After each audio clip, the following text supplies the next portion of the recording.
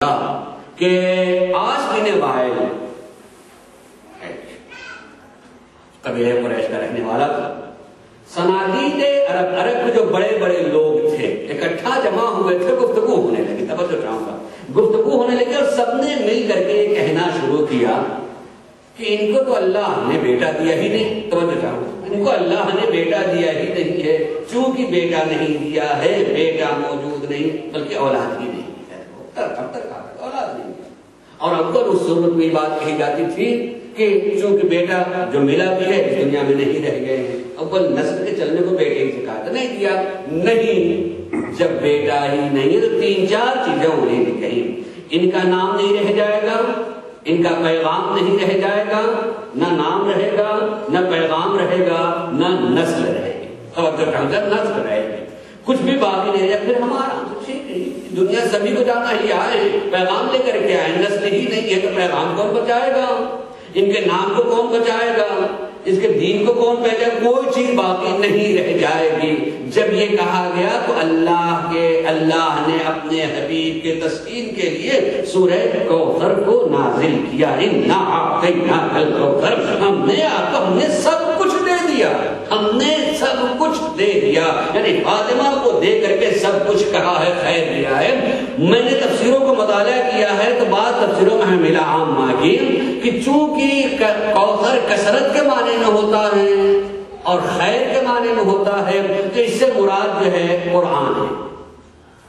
اس لیے قرآن ہی جو ہے خیر کثیر ہے. سارے اس تک جو متوجہ ہوگا خیر اسے ملے گا. ایک کسی نے کہا کہ نہیں قرآن نہیں, خود نبوت ہے. ہم نے آپ کو نبوت دے دی تو نبوت خیر کثیر ہے, سبھی کے لیے خیر ہونا چاہیے. دوسری تفسیر.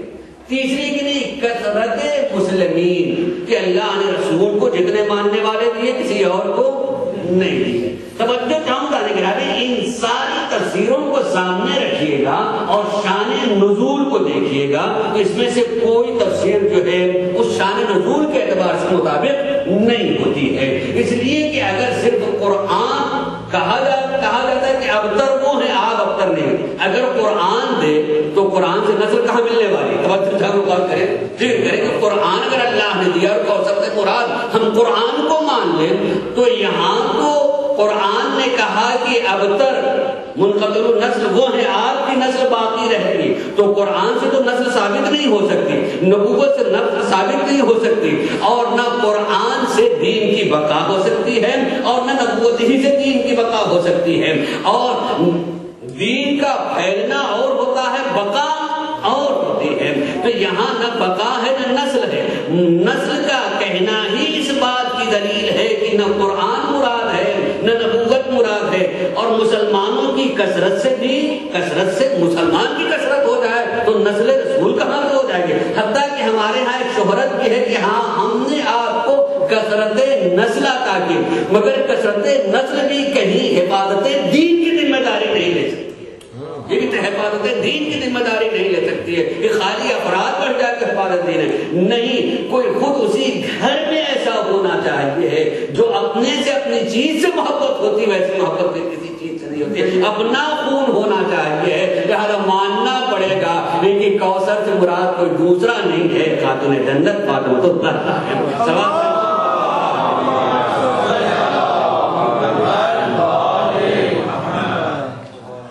کل ہمارے ہاں مجلس ہو رہی تھی, میں نے وہاں ایک حدیث پہلی مرتبہ چن دیکھا تو میں نے پڑھا تھا, میں چاہوں گا اس کو پڑھوں کہ اس چیز کو مان لینے کے بعد کہ اللہ نے اپنے حبیب کو کوثر دیا ہے, اور کوثر یعنی سب کچھ ایک فاطمہ دیا ہے, لیکن ایک فاطمہ دے کر کے ایک فاطمہ نہیں دیا ہے, گویا کہ علم اسلام کو بھی دیا ہے, دین کی پہچان کو دیا ہے, دین کی قیامت تک کی حفاظت کر دیا. اسی لیے میں کہہ سکتا ہوں شاید اسی لیے جب اللہ کے رسول کو یہ عطا ملی تھی تو آپ نے شکریہ ادا کیا اللہ کا, اور اللہ نے کہا ہے کہ جو جتنا شکر ادا کرے گا ہم مزید دیتے چلے جائیں گے. ایک ملی فاطمہ شکر ادا کیا, اس نسل سے بڑھتے ہوئے آپ نے حسن کو دے دیا. اللہ کے رسول نے پھر شکریہ ادا کیا, حسین مل گئے, پھر شکر ادا کیا. آگے بڑھتا رہا, نہیں کہوں کہ جب رسول کا شکریہ بڑھتا رہا تو شاید ادھر سے آواز آئی ہوگی کہ رسول اگر آپ کا شکریہ دائم رہے گا تو میرا عطیہ بھی قائم ہے.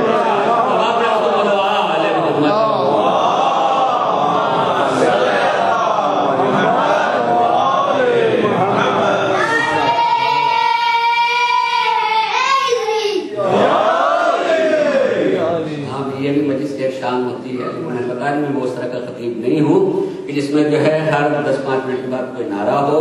میں نہیں کہتا میں اس کا مخالف نہ، مجھے بھی ایک عبادت ہے، لیکن میں ویسے بولتا ہوں ایسا جس میں زیادہ بول سکوں، زیادہ پہنچا سکوں. خود اگر ذہن میں رہ گیا تو نعرہ تو زبان سے نکل جاتا ہے، شاید ذہن سے بات نکل جاتی ہو، بات اگر ذہن میں رہ جائے تو وہی جو ہے مجلس کا پیغام ہوتا ہے. ایک عرفان یقین کی توجہ چند پر بات پر غور کیجیے گا کہ ماننا اور ہوتا ہے، پہچاننا اور ہوتا ہے. اور یقین کیجئے گا کہ واقعی ماننا وہی ہوتا ہے جو پہچان کے مانا جائے. اصل ماننا جو ہے پہچاننے سے ہوتا ہے. انسان جب پہچان لیتا ہے، پہچان کے مانتا ہے تو اسے ماننا کہا جاتا ہے. اور وہ جب مان لیتا ہے تو غربت بھی گھیر لیتی تب بھی در کو نہیں چھوڑتا ہے.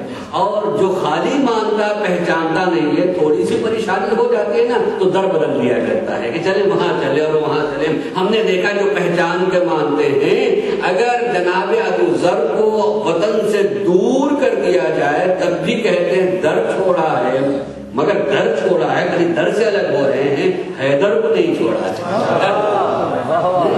در چھوٹا ہے، حیدر نہیں چھوٹے، کہیں بھی چلے جائیں گے، میں نہیں پہنچ سکا تو وہ آ جائیں گے. پہچان لیتے ہیں، پہچان کر مانتے ہیں تو یقیناً کہتے ہیں کہ ہمارے اردو میں کہا جاتا ہے کہ لوگ کنویں کے پاس جاتے ہیں، لیکن جب پہچان لیا جاتا ہے، پہچان لیا جائے تو کنواں کیا جایا کرتا ہے.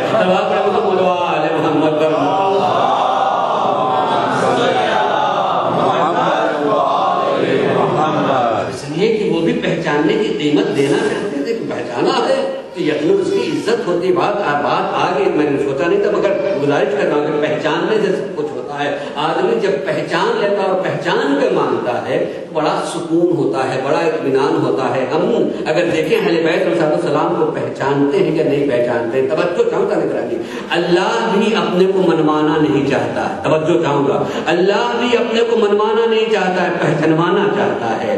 امام بھی اپنے کو منوانا نہیں چاہتے، پہچانوانا چاہتے ہیں. رسول اللہ بھی اپنے کو منوانا نہیں چاہتے، پہچانوانا چاہتے ہیں. اللہ بھی جب اپنے بارے میں کہتا ہے تو یہی کہتا ہے کنت کنزا مخفیا فاحببت ان اعرف، میں چھپا ہوا خزانہ تھا، میں نے چاہا کہ میں پہچانا جاؤں. یہ نہیں کہا کہ میں نے چاہا کہ میں یہ لوگ ماننے والے پیدا ہو جائیں، نہیں، اللہ چاہتا میں پہچانا جاؤں. اللہ اپنے پہچانوانا چاہتا ہے. اور ایسے ہی جب رسول کے پاس جائیں تو رسول بھی کہتے ہیں من ماتا ولم یعرف امام زمانہ مات میتۃ جاہلیہ، کوئی مر جائے اور اپنے وقت کے امام کو نہ پہچانے اس کی موت جاہلیت کی موت ہوتی ہے. یہ نہیں کہا کہ جو اپنے امام کو نہ مانے، بلکہ یہ کہا جو اپنے امام کو نہ پہچانے.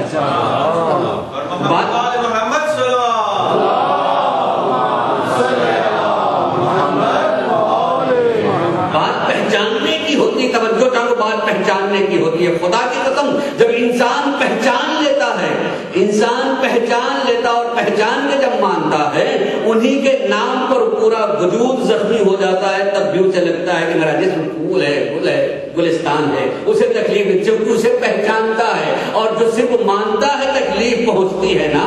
تو میں تو ان کا ماننے والا تھا. مطلب ایک واقعے کو پیش کروں، بلکہ دو واقعے کو توجہ چاہوں گا اور پھر اسی سے میں روک کرتے ہوئے دو واقعے چھوٹے چھوٹے. میری عادت تو میں جہاں کہیں بھی مجلس پڑھی میں پڑھنے جاتا ہوں تو جملہ کہتا ہوں. بڑا اچھی بات تو نہیں ہے لیکن جملہ کہتا ہوں کہ بہرحال میری مجلس معمولاً جو ہے اتنی ہی ہوتی ہے جتنا میرا قد ہے. میں بہت لمبی پڑھنے کے لیے مجلس نہیں پڑھتا ہوں، لیکن کبھی کبھی اگر سامعین متوجہ ہوتے ہیں تب، اس لیے کہ معمولاً میں کبھی گھڑی نہیں لگاتا ہوں، ایک پہلی بات. اور اگر کہیں گھڑی لگی نہیں ہوتی تو میری زحمت ہو جاتی، لیکن اس زحمت کو کم کر لیتا ہوں سامعین کے چہرے سے، اس لیے کہ چہرہ خود ہی گھڑی ہوتا ہے، تھک جاتے ہیں تو پتہ لگتا ہے. تو آپ محمد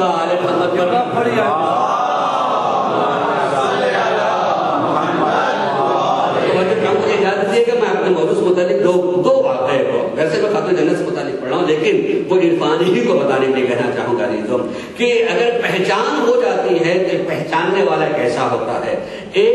دو صحابیوں کے واقع ہیں اور دونوں سرکار مولا کائنات کے زمانے کے ہیں. ایک